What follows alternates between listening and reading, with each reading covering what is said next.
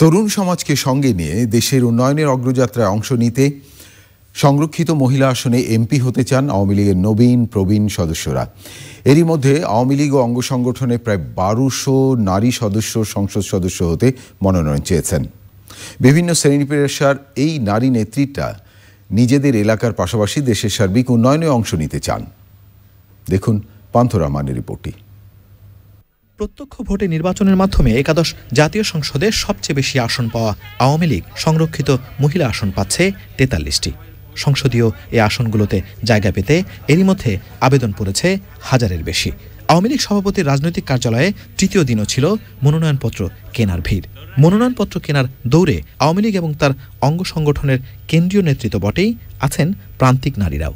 বাংলাদেশ থেকে ২৮টা অ্যাওয়ার্ড পাইছি, তার ভিতরে 2বার গোল্ড মেডেল পুরস্কার পাইছি, বঙ্গবন্ধু কৃষি পুরস্কার পাইছি, আমি রাষ্ট্রীয় পুরস্কার পাইছি, আমি বিদেশ থেকে স্বীকৃতি পাইছি। এজন্য আমার আশা যে আমি যদি এমপি হই, আমাকে যদি আসলে আসন দেয়, তা আমি কৃষকের জন্য যা যা করেনি আমি সব আশা করি করব। কৃষকের পাশে সবসময় থাকার আশা করি। আমি যশোর ডিস্ট্রিক্টটা ঘুরেছি, দেখেছি যে আমার বাবার এত ভালোবাসা, সেই ভালোবাসার স্বপ্নগুলো আমি সেই স্বপ্নের লক্ষ্যে কিছু কাজ করার জন্য ওখান থেকে মনোনয়ন চেয়েছি। বিভিন্ন শ্রেণী পেশার মানুষের প্রতিনিধিরা এসেছেন জাতীয় সংসদে আওয়ামী লীগের হয়ে প্রতিনিধিত্ব করতে। রাজপথে থেকে লড়াকু যে সৈনিকরা আছে তাদের কথা আশা করি আমাদের প্রধানমন্ত্রী শেখ হাসিনা সবার আগে বিবেচনা করবেন।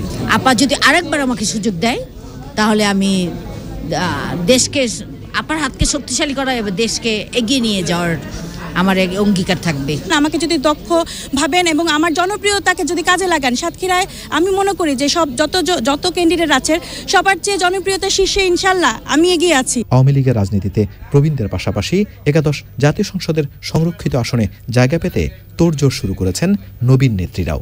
বাংলাদেশের নারী সমাজকে সামনের দিকে এগিয়ে নেওয়ার জন্য, আমি অর্ধেক জনগোষ্ঠীকে এগিয়ে নেওয়ার জন্য আমি যথেষ্ট কাজ করব। সেই সাথে ডিজিটাল বাংলাদেশ বিনির্মাণে আমি যথেষ্ট ভূমিকা পালন করব। আমি দীর্ঘদিন থেকে রাজনীতির সাথে জড়িত।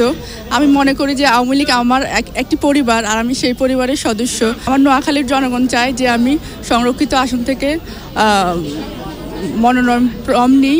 মনোনয়ন কেনা তরুণ নেত্রীরা আশা করছেন টানা তৃতীয়বারের মতো প্রধানমন্ত্রীর দায়িত্ব নেয়া শেখ হাসিনা এবার তরুণদের সুযোগ দেবেন। পান্থ রহমান, চ্যানেল আই, ঢাকা।